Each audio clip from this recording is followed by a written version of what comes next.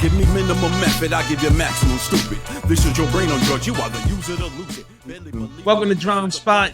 I'm chilling here today with my boy POR. I got my man Ziki P. I got my man D Scribe. And I got my man DJ Tactics on the end. We're going to talk about their journey and their career right here on Dram Spot.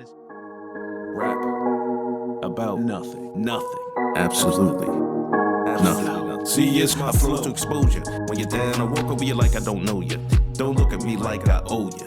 Your friend should have fucking told you. See, it's my flow. Spit it like fire from butane. That new thing. Drum talk about nothing all day, but speak the truth. All right, welcome back to Dram Spot. Yo, I am delighted to have my boys on the show today. Before we get started with the crew, I'm going to give a shout out to my team because without them, none of this would be possible. I like to say what's up to my man Jeff over here on the boards and Phil's on the cameras over here and my guest host over here, One Man Gang. We're going to get started. So first, to introduce, this is Ziki P again, and this is D Scribe, and that's DJ Tactics down there. And they're going to start telling you, one, how they formed the group. They're going to talk about their past projects. And then when we get on the game, we'll talk about more current stuff. Tell me about, one, what inspired you to rap, and when did you get started? And of course, I've known this band most of my life, but my music career started before. Hold on. Why are you bringing up old shit? My bad. I did ask you that, didn't I? Okay, go on. I'm sorry. Go on. Let's go. You're good. Musically, I always had an interest in hip hop, but I would say Capadonna's verse on Winter Wars, which I get the top in my 25 years, inspired me. I wanted to do something like that. And about a year later, I started recording in Chester with a couple local cats in Chester. My neighbor D, just did that individual.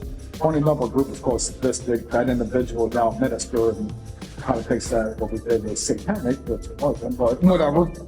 After that, I did do a couple tracks with him, but then I kind of fell back. We didn't do POR yet. I fell back, I guess, not until I wanted to start DJing. I wanted to be this man down here. Yes, and then that's when me and Vic like though, because he kind of has or Scribe, I should say. You can cut that out. That's when we linked up to do music. And he was already kind of spinning.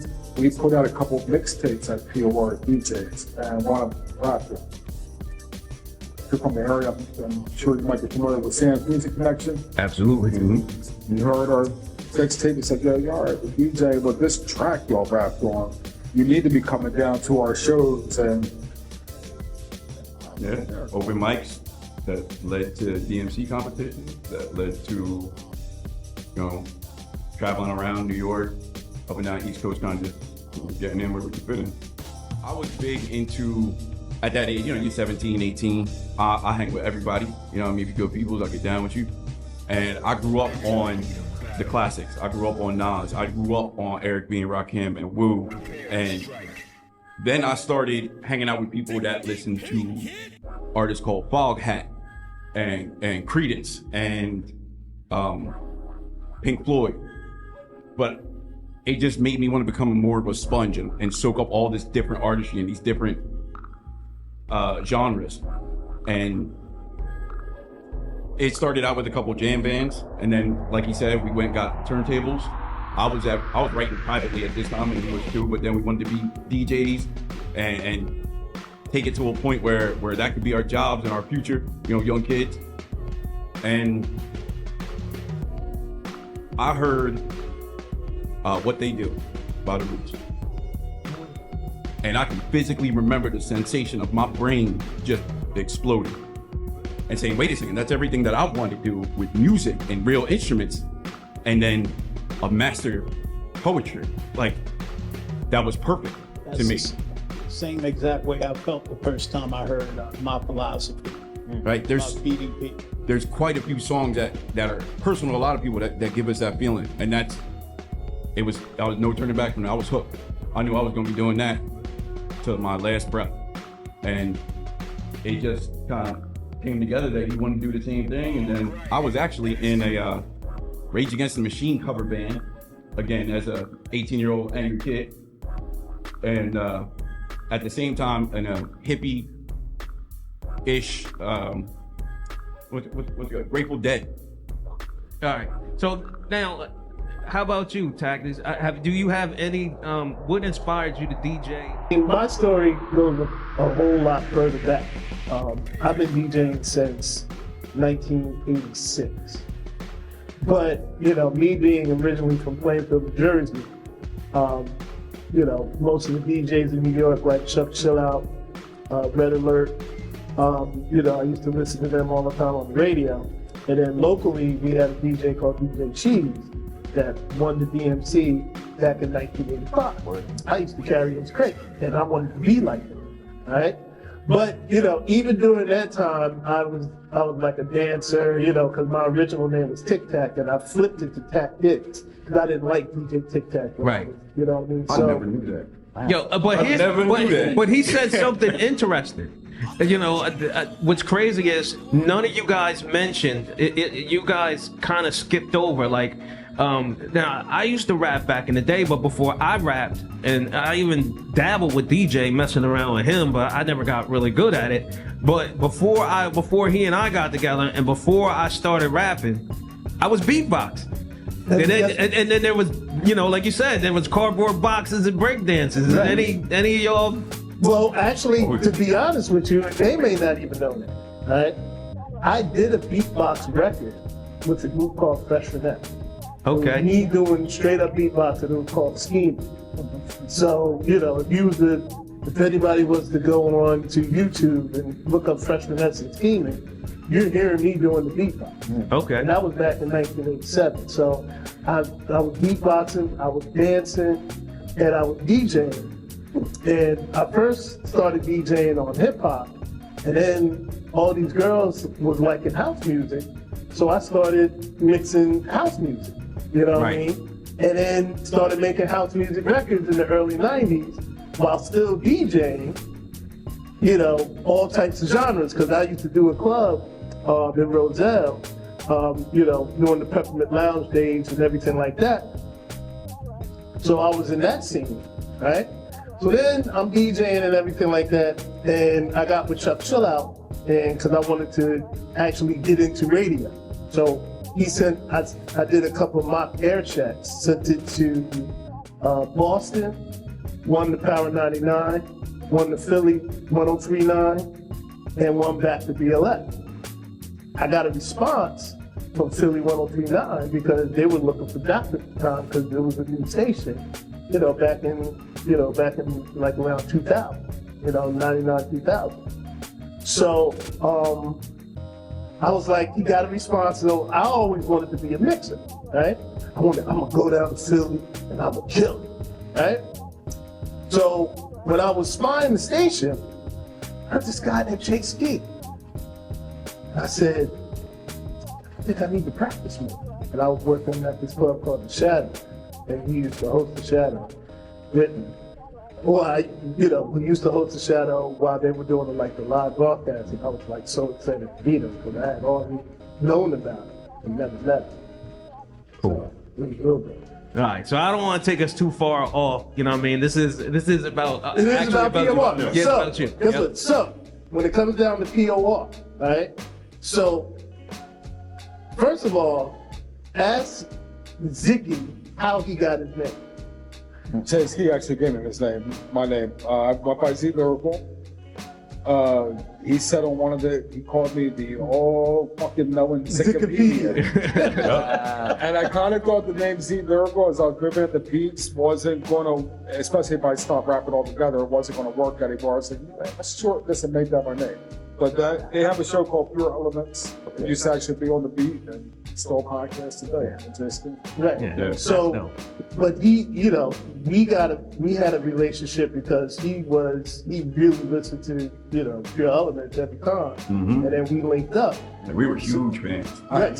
So he goes to me, well, you know, I did Loose Change. I don't know if you'll really like it. You know what I mean? But check it out anyway. Okay. Right? So I checked it out. And I was like, yo, it's not too bad. You know what I mean? There's some good stuff here. You know what I mean?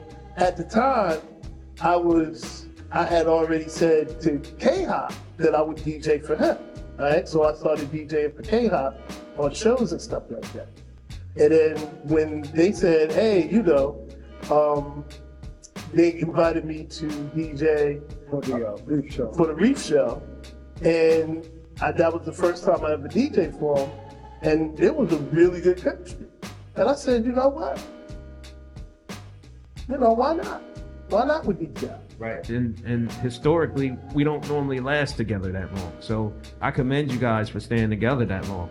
So and many of my shows, I'd like to know who you would like to work with that you haven't worked with.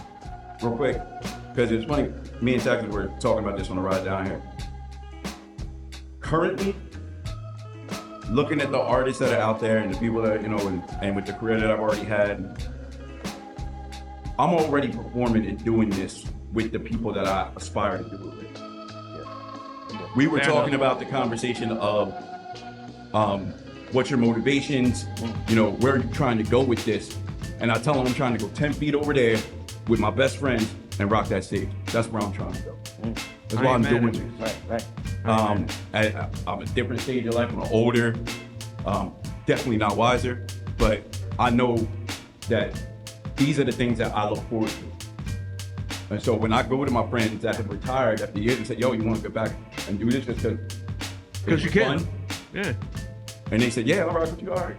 Yeah. And that's, I know it can sound corny and sound all that, and no disrespect to any other artists out there, but these are my people, and this is why I'm doing it. Simple as that.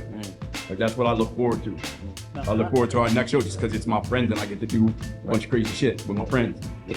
And the same thing when this wasn't on camera. You asked me about this podcast. You know what I mean? Yeah. So this isn't about I'm trying to relive or get out. I'm having fun and enjoying my time with you guys and everybody who comes to my crib and hang out with me. And for anybody, future potential guests, it's a good time down here. They're doing it right. Yeah. I definitely appreciate that. Yeah. So coming up next on Dram Spot, we want to get them in the booth and show you what they working with. They pick one of my tracks as usual. So we're going to get down on that. Then after that, we're going to play a segment of I Win. I had to put Phil in as a pinch hitter because I tried to download the game this young man picked, and I couldn't get it working. So we'll see how that works out. Right here on Dram Spot.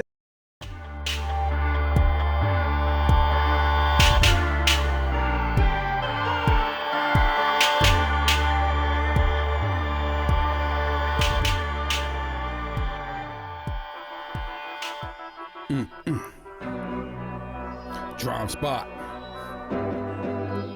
It's P.O. War. Products of resurrection streaming everywhere. Yeah. Yo, took pride in the gimmicks, kept my pride over riches with 4, 5s, and 6s, dime bitches by the mixes, dime chicks that blow tie sticks by the Knicks, the Sixers beat the Knicks, ain't nothing for me to fix, my life is golden, big blunts we rollin', big bucks we foldin', big pots that hold 'em, and y'all should just fold 'em, Ziki going all in, the rap bulldozer, every building fallin', they came in walking tall, but now they just crawlin', this goes to everybody claiming that they ballin'. Describe, show them what's next. The consciousness we've been streaming is full of nothing but heathens. Can't you hear the people screaming? Why the hell aren't you leaving? Watching me struggle with demons while me and God gon' get even. Write another sin for dreaming of stopping these angels breathing in this cathedral of ruin. My job to stop what you're doing. The nail that fucked you screwing. This gorilla keeps you glued in. Violence is what we choosing. This business is fucking blowing. I use every illusion when my guns and roses are blowing. And Drum Spot. Welcome to the I Win segment, but an interactive way for us to get to know our guests on a deeper level, all while doing something different and entertaining. Here are a few ground rules to keep things fun for everyone. 1.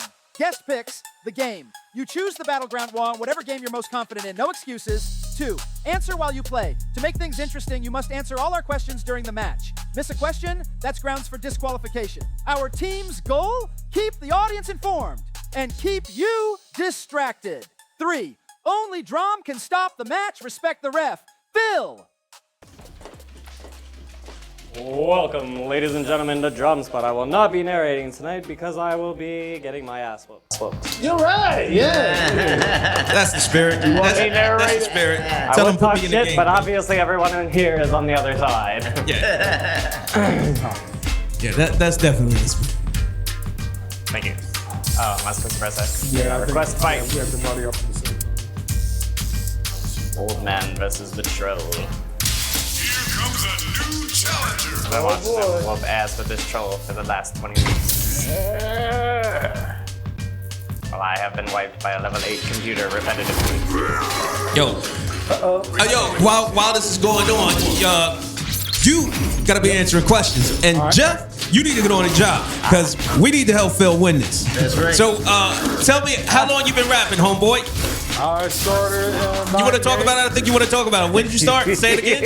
I started in 98. Are you sure it was 98? I'm positive. Where were you at when you first decided to start rapping in 1998? You gotta think High fast. school? All questions have to be answered, or you are disqualified. That's in the rules. Okay. You can pick your game. Now you got You're gonna get to the question before he beats me next time. I'm doing the best. be a way. Phil, I'm doing the best I can, I'm homeboy. trying to give you some time. I'm trying to. He's doing a great job of kind of like he's delaying to answer the question. He's combating. So first album. First album was 2006, Loose Change with my man D-Strive, POR. And yeah, that dropped in late 2006. Have you always been POR? Have you been a part of any other groups beforehand? I was part of a group called Sadistic, but we didn't really do much with like a couple demos here and there. And I fell back for a few years. That's when we formed POR. Okay. Oh, have you had anything to drink yet? I need something to drink. No. Alcohol? Nah, I'm good. Oh, he's not a drinker, Phil. I'm sorry. I made One of us. I got a question. Correction. I got a question. Z, did you start producing or rapping first? I started rapping first. You started rapping. When did you get into production? I started toying around with it in like 03. I ain't really, so when we was making Loose Change, I was really learning, but I didn't make anything quality enough for us to rhyme on. The second album came out, or we started working on it in 2007. Talk about some of the equipment that you had worked with, the first drum machine or whatever, or computer. What did you work with at first? Actually, Acid Music is the first thing I Acid, okay. And then Fruity Loops. Yeah, right now I have an FL keyboard. Okay. With it, and trying to work on my samples. Okay, I know, right? Right, it's crazy, yeah. This is not how I was supposed to go, homeboy. How many rounds are y'all playing? We did one game and one other game too. My guy is moving in slow motion, even as his attacks move in slow motion. Yeah, you need to pick a better player. Yeah, this is not a character for ADHD. This is just a test run. This game going to be good. This game be cheated. It is. This game be cheated, yo. It's a test run. So who did the production on the first album? We had Marketech did 4 tracks. This dude out of Philly, Lex, did a couple. Actually, this dude, the Cypher, he used to work with Viber to Viber. He kind of taught me how to sample. And he did a joint on there. Yeah, how long you been playing Street Fighter? Right. 91. Since I was born. Literally since I was born. Yeah. So here's another question for you. I obviously know who Marketech is. Marketech's another artist. That's the first name I heard. Rapper. When did you first connect with Marketech? 05, because we originally recorded Loose Change on some less than great equipment, let's just say. And as the album was finished, we lost the whole album. So then we seeked out Marketech down at Wonderland. Yeah, started in 2005, I think. Yo, let me tell you how serious this dude is right now. This dude came here with his own damn remote control. Right, custom. Yeah, that's custom. You know what I'm saying? Right? I'm gonna move the camera for a second. Right, This here is ridiculous. We had no chance. We could have right a picture. Controller doesn't make you play with it that. does, yo. Nah, it doesn't. Yo, it just tells you how committed you are. That's right. At one time, yeah. I used to play a little professionally. At You're not one that time. committed. We are not that committed. Did we get him back in frame? Yeah, I need to go over a little bit more.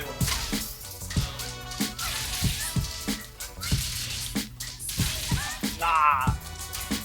Come on. Yo.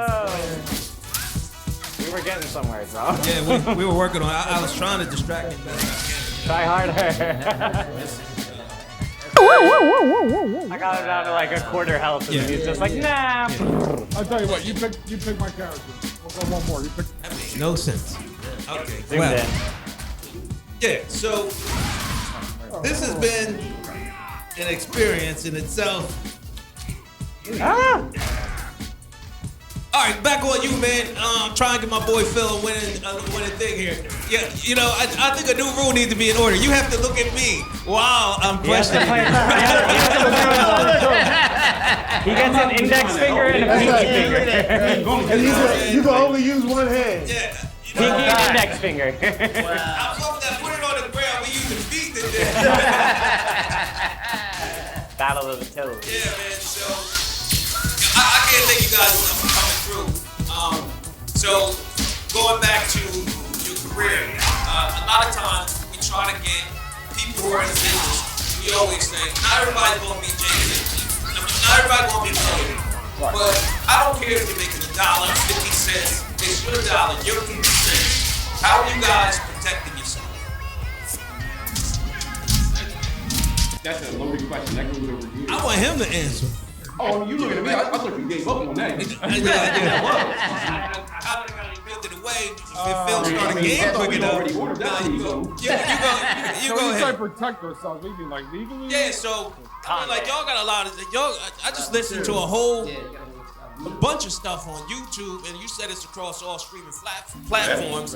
You know what I'm saying? How are you going? One, how do you pick where you want it to be? How are you getting the word out? And you know, you're dealing with samples and everything. Now I already know if you're not making millions and millions, and honestly, if you're making millions and millions, people will let people take the money from the song so they can go tour and that kind of thing. But I'm just trying to figure out how you handle your business. That's all. I mean, the distributor that you release the music through, they handle all the Spotify, Apple. They put it on. And I can tell them, hey, maybe I don't mess with platform X. I don't want my stuff up there, but by default, it's going everywhere. It's a lot easier these days. A lot easier these days to do it. I mean, we go back to sending ourselves first class mail and not opening it because then it's the government stamp. Yeah, exactly. Like we going back. Poor man's copyright. That's called. That's a poor man's copyright. And we got our ads cap and all that for the publishing side of things. And then with sample clearing, I mean, we're not endorsing it. Tracklib's a great service. They have samples on there, and then you can get them cleared pretty easily. So most of that album is cleared. I'm not gonna say what's not, but That's right. You know what, man? The other thing I wanted to curious about was, so normally in the beginning when we start talking, we talk about your past projects, and during the game, I like to talk about what y'all have cooking for upcoming. And so what do you got going? What's coming up next? well, we just released the album. I'm doing a follow-up to it with just all remixes of the album. So the album's called Products of Resurrection, Products of Remixes. We should have that out by August. And after that, looking for October, for my solo album, we already started working on keep the POR collective going. And the mic. Yeah, try to.